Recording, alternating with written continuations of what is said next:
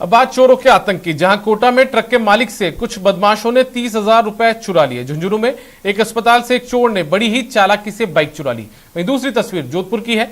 यहां एक चोर ने खाली पड़े मकान को अपना निशाना बनाया और चोरी की वारदात को अंजाम दिया है। तीन तस्वीरें आप देख रहे हैं कोटा, झुंझुनू और जोधपुर की, जहां चोरों ने अपना हाथ साफ किया है।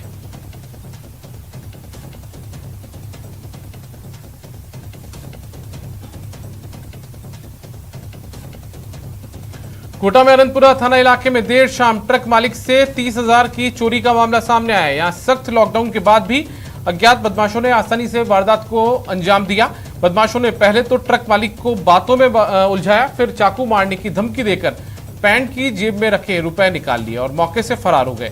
संदिग्ध बदमाशों की करतूत सामने दुकान में लगे सीसीटीवी कैमरे में कैद हो गई है, जिसमें बदमाश छीना झपटी करते हुए नजर आ रहा है। पीड़ित ट्रक मालिक ने अनंतपुरा थाना पुलिस में शिकायत दर्ज करवाई है।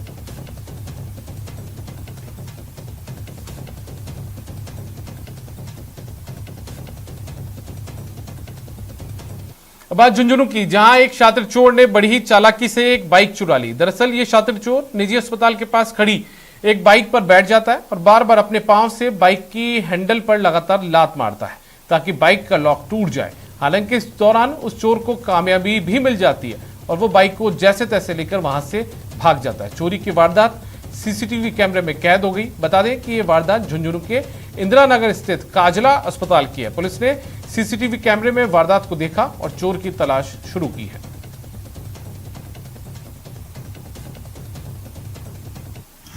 सुबह 5 बजे कोई चोर आया, वो दूसरी बाइक लेके आया। उसने बाइक इधर खड़ी कर दी, वो बाइक स्टार्ट करके छोड़ गया। दूसरी बाइक यहाँ से उठा ली और चला गया। प्रदेश भर सहित जोधपुर शहर में भी कोरोना संक्रमण के चलते कर्फ्यू लगा है, लेकिन इस दौरान भी पुलिस चोरियों की वारदातों पर लगाम लगाने में असफल नजर आ रही है। शहर के चप्पे चप्पे पर पुलिस तैनात है, लेकिन महामंदिर थाने से महज 500 मीटर की दूरी पर स्थित एक मकान में चोरी की वारदात को चोरों ने अंजाम देकर पुलिस के सख्त पैरे को धत्ता बता दिया है। दरअसल जोधपुर में हनुमान दास नाम का शख्स ट्यूशन पढ़ाने का काम करता है, लेकिन लॉकडाउन के चलते वो अपने गांव चला गया। सूना मकान देर रात चोरों ने उनके घर का दरवाजा लोहे की रॉड से तोड़ा और घर में घरेलू सामान सहित एक्टिवा चुरा ले गए।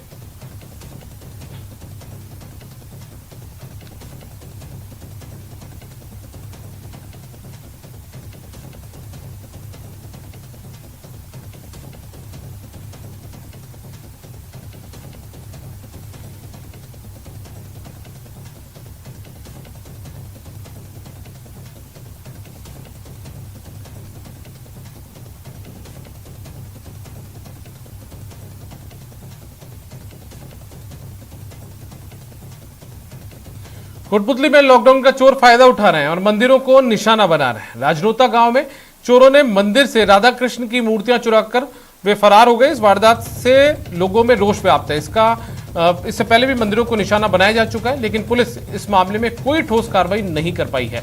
ऐसे में चोरों के हौसले बुलंद हैं।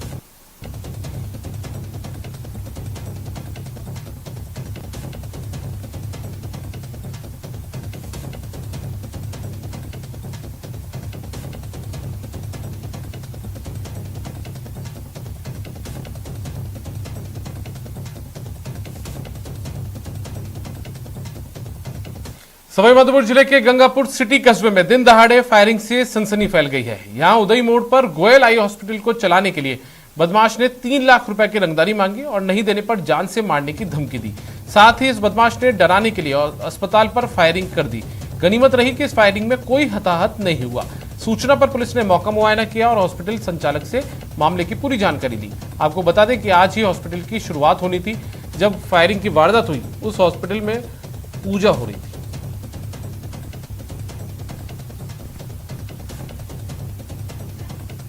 एक लड़का आया था, उसने 3 लाख रुपए मांगे और फायर कर दिया। कौन सी जगह का मामला है? बस यही का है। और क्या नाम है आपके हॉस्पिटल का? Goyal eye hospital.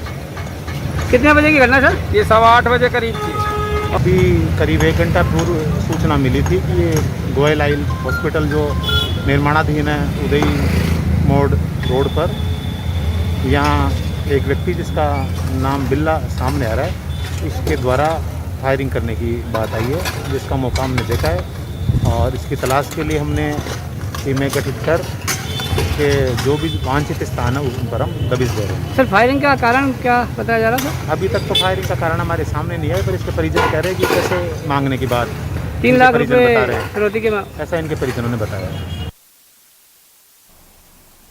अवैध शराब के खिलाफ अभियान के तहत जयपुर में आमेर थाना पुलिस ने 3000 लीटर वॉश और 35 लीटर हथकढ़ शराब बरामद की है।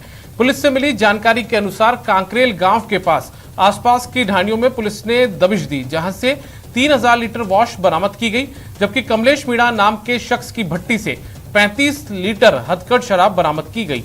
हालांकि आरोपी फरार होने में कामयाब रहा है।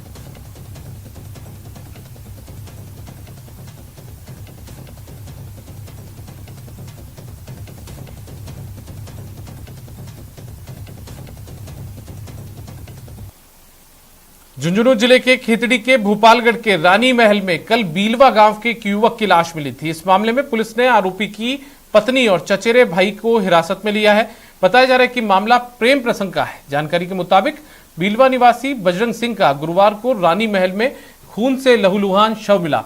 युवक अपनी पत्नी, बेटे और चचेरे भाई के साथ घूमने के लिए भोपालगढ़ आया था। किसी ने शव देखा तो पुलिस को सूचना दी। सूचना पर खेतड़ी थानाधिकारी सुरेंद्र सिंह देगड़ा, डीएसपी विजय कुमार मौके पर पहुंचे। सूचना पर उसके परिजन भी मौके पर पहुंचे। मामला प्रेम प्रसंग का बताया जा रहा है। मृतक बजरंग सिंह की पत्नी पूजा और उसके चचेरे भाई रविंद्र सिंह के बीच प्रेम प्रसंग था, जिसका शक बजरंग सिंह को हो गया था। इसलिए दोनों ने मिलकर योजना बनाई और बजरंग सिंह की हत्या कर दी। पुलिस ने आरोपी को पूछताछ के लिए हिरासत में लिया है।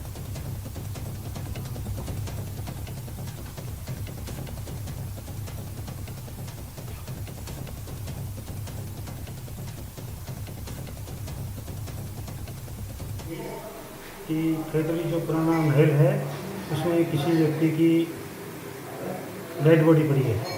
सूचना पर एसएचओ में जाब्ता से पहुंचे तो डेड बॉडी पे सिर पे कुल्हाड़ी से वार किया हुआ है। प्रथम दृष्टया मामला हत्या का ही लग रहा है और मृतक की पहचान बजरंग सिंह सनाव पे बहादुर सिंह गांव बीलवा के रूप में हुई है। मृतक की बॉडी हॉस्पिटल में पोस्टमार्टम के लिए लेके आ गए हैं और मुकदमा दर्ज कर आगे अनुसंधान जारी है। सिरोही में सौतेले बाप द्वारा मासूम बच्चे को यातनाएं देने का मामला सामने आया है। इस दरिंदे ने हैवानियत की सारी हद पार करते हुए इस मासूम बच्चे को सिगरेट से जलाया और उसके शरीर पर दांत के जगह जगह जख्म किए। ये मासूम उसकी प्रेमिका का बच्चा है जो कि उसके साथ लिविंग में रह रही है। ये बच्चा कल अपनी मौसी के घर आया तो उसके साथ उसने दरिंदगी का खुलासा हुआ है। मासूम की मौसी के मुताबिक उसकी मां उसके यहाँ छोड़कर गई है। बच्चे के हाथ में एक थैली थी जिसमें बैंक डायरी, मोबाइल, आधार कार्ड और अन्य कागजात थे। इसके बाद बच्चे की मौसा ने उसे बाल कल्याण समिति के पास ले गया। बच्चे की मां और उसके प्रेमी लतीफ के खिलाफ एफआईआर दर्ज करवाई गई है।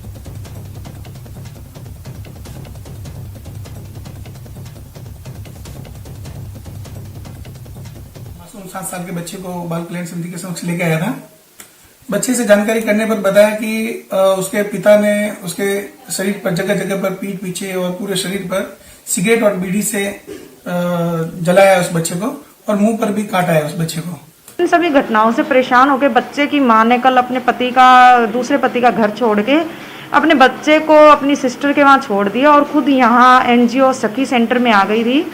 तो जो बच्चे की जो मासी है उसने उस बच्चे को हमारे यहाँ बाल कल्याण समिति में पहुंचाया। बाल कल्याण समिति ने तुरंत प्रभाव से संज्ञान लेते हुए हमको सूचित करवाया, हमें रिपोर्ट दी। हमने जाके बच्चे का मेडिकल करवाया है और रिपोर्ट पर भी प्रकरण पंजीबद्ध हुआ है और आगे की कार्यवाही जारी है। कोटा के एक अस्पताल में 40 दिन के मासूम को अपनों का इंतजार है। ये मासूम अस्पताल में जिंदगी के लिए जंग लड़ रहा है, लेकिन उसके माँ बाप उसकी सुध तक नहीं ले रहे। देखिए हमारी एक खास रिपोर्ट। यहाँ पे इसके पिताजी छोड़ के गए थे, उसके बाद से इसको कभी देखने नहीं आए।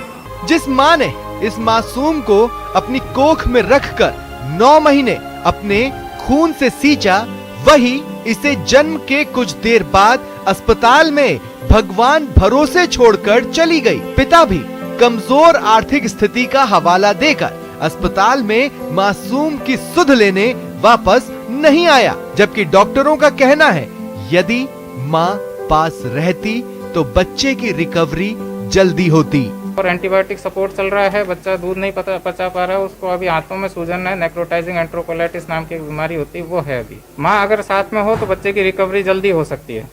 अस्पताल के रिकॉर्ड में दर्ज बच्चे के माँ बाप का phone number out of service आ रहा है।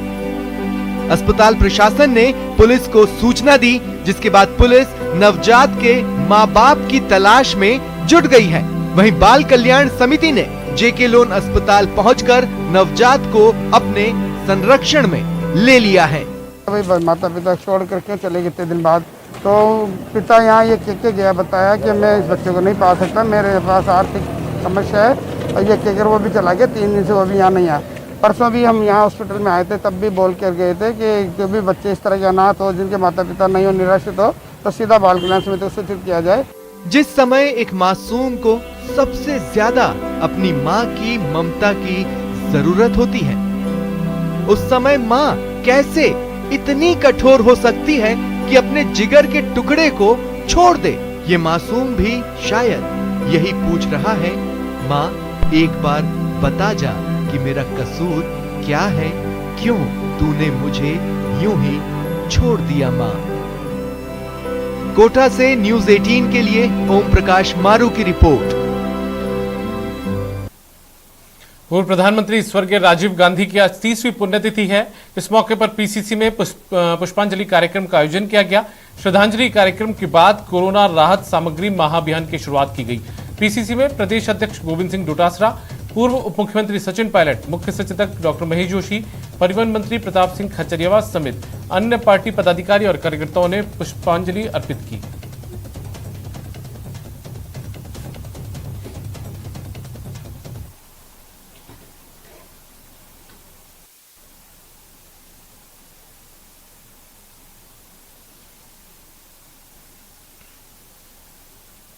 थे जो आगे की सोच को रख करके भारत में दूर संचार क्रांति लेकर के आए, कंप्यूटर क्रांति लेकर के आए, नई एजुकेशन पॉलिसी लेकर के आए, 33% महिलाओं के लिए आरक्षण की व्यवस्था की, पंचायती राज अधिनियम में संशोधन करके पंचायती राज को मजबूत करने का काम किया, 18 वर्ष के नौजवानों को मताधिकार देने का जो अधिकार दिया गया वो राजीव गांधी जी ने किया।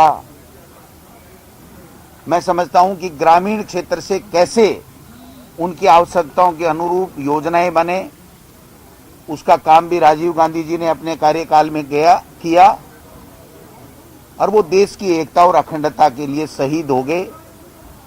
आज ऐसे महान हमारी पार्टी के नेता और भारत रत्न से सम्मानित व्यक्ति का बलिदान दिवस है।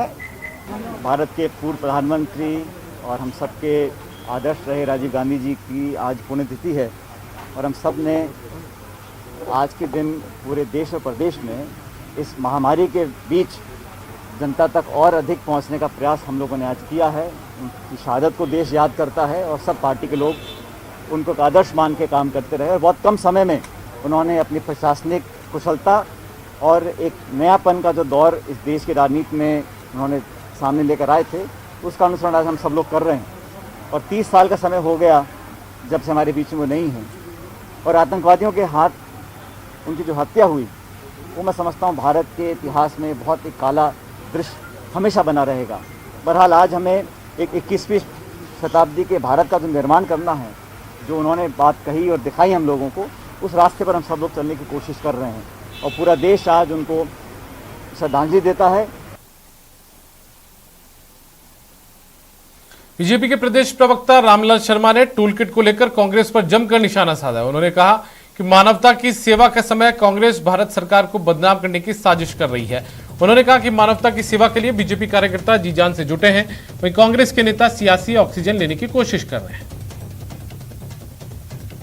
कोरोना की लड़ाई लड़ रहा है, लेकिन कांग्रेस पार्टी एक ऐसी पार्टी है जो कोरोना की लड़ाई के अंदर लोगों की मदद करने के बजाय देश के प्रधानमंत्री जी की इमेज को हम कैसे खराब करें।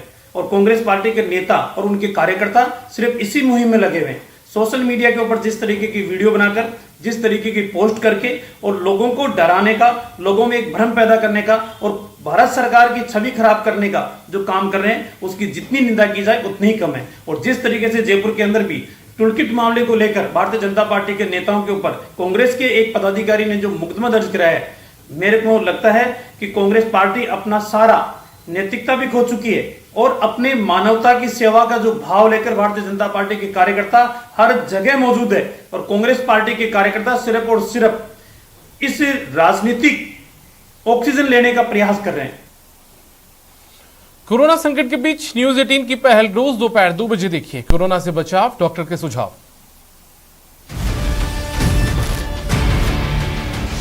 जिनको पहले से है कोई बीमारी, कोरोना से उनको है खतरा भारी। इलाज से बेहतर बचाव है, लेकिन बचाव की सही जानकारी का अभाव है।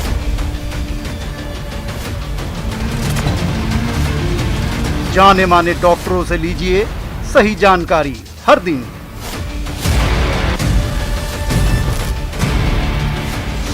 कोरोना से बचाव, डॉक्टर के सुझाव।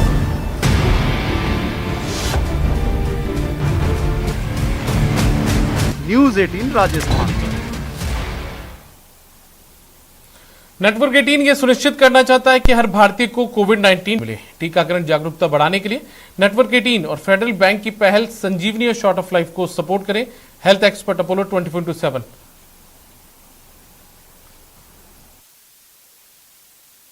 वक्त एक ब्रेक का है।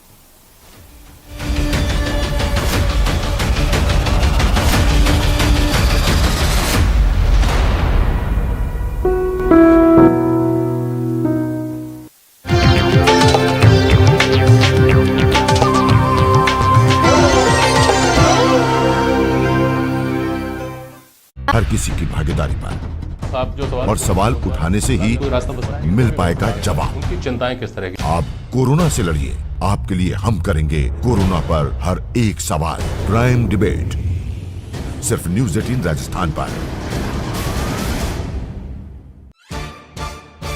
सवाल सारे, मुद्दे तमाम, माइक पर सरे आम होकर ऑटो पे सवार। जब पूछेगा रिपोर्टर, आपके क्षेत्र के हर मसले का जवाब मिलेगा बिल्कुल नए अंदाज में। जब आएगा ऑटो में रिपोर्टर, रोज रात 8:26 पर सिर्फ न्यूज 18 राजस्थान पर। जरूरी है कोरोना की हर एक खबर, जरूरी सरकार के फैसलों का असर, सियासत की चाल और इकोनॉमी का हाल जानना जरूरी, बाजार से एग्रीकल्चर और रोजगार की खबर भी जरूरी। इसलिए देखिए जरूरी खबरों का प्राइम टाइम, न्यूज 18 प्राइम, सिर्फ।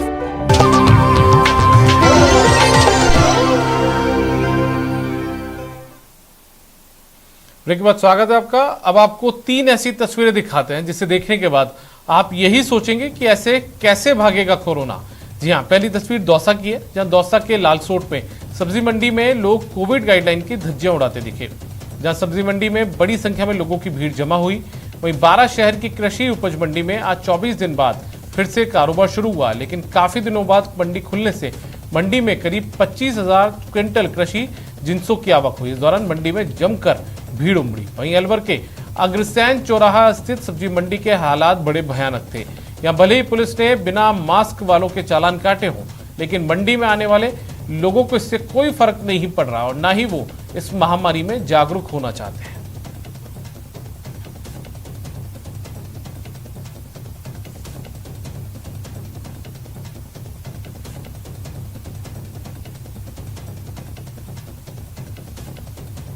लॉकडाउन के बीच लोगों को राहत पहुंचाने के लिए Ajmer range police IG S Sengathir ने नई पहल की है। उन्होंने ऑनलाइन सुनवाई के लिए व्हाट्सएप नंबर जारी किया है। आईजी नियमित रूप से चारों जिलों अजमेर, नागौर, भीलवाड़ा और टोंक से परिवादियों की समस्याएं और उनकी शिकायत को WhatsApp, video call, zoom app के जरिए सुन रहे हैं और उनका समाधान भी कर रहे हैं। इस नवाचार को लेकर संवाददाता अभिजीत दवे ने आईजी एस सेंगथिर से बातचीत की। कोरोना महामारी के चलते प्रदेश में पिछले 1 महीने से लॉकडाउन जारी है। ऐसे में तमाम तरह की गतिविधियां जो हैं बंद हैं, लोग अपने घरों में कैद हैं। लेकिन कहीं ना कहीं जो अजमेर पुलिस रेंज महानिरीक्षक हैं एस सेंगाथिर साहब, उन्होंने परिवादियों की सुलभता के लिए एक नया नवाचार किया है, जिसके तहत व्हाट्सएप वीडियो कॉल के जरिए वो तमाम परिवादियों से रेंज किया जाए। अजमेर, नागौर, भीलवाड़ा, टोंक, इन 4 जिलों के जो परिवादी हैं उनसे ऑनलाइन जो उनके परिवार को सुन रहे हैं उनका निस्तारण कर रहे हैं। इस पोस्ट से पहले जयपुर रेंज में तैनात था, उस वक्त हमने सिस्टम चालू किया था, जिससे जो कोरोना के टाइम में लोगों का आवागमन नहीं हो पाता, और एक तो 144 लगी हुई है, साथ साथ लॉकडाउन है, लॉकडाउन की वजह से लोग नहीं जा पाते हैं। इसलिए लोग अपने घर पे बैठे अपने कार्यस्थल जहाँ भी काम कर रहे हैं या रहते हैं, जो वहाँ बैठ के वहाँ से हम लोग संपर्क कर सकते हैं। जो उनकी जो भी शिकायतें परिवार है उसके बारे में बात कर सकते हैं, उसको हम तुरंत अटेंड करने की कोशिश करते। तो मुख्य रूप से ये बात थी।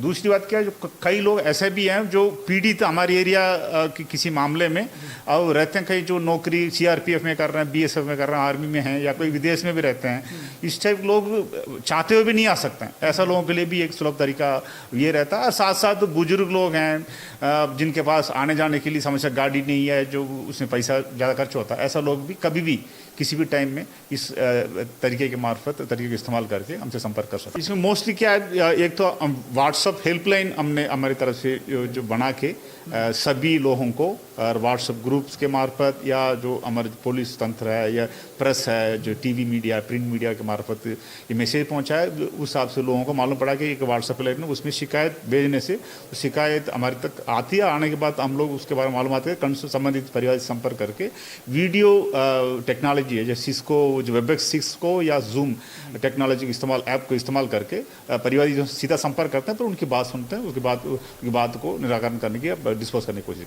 अभिजीत दवे, न्यूज़ 18 अजमेर।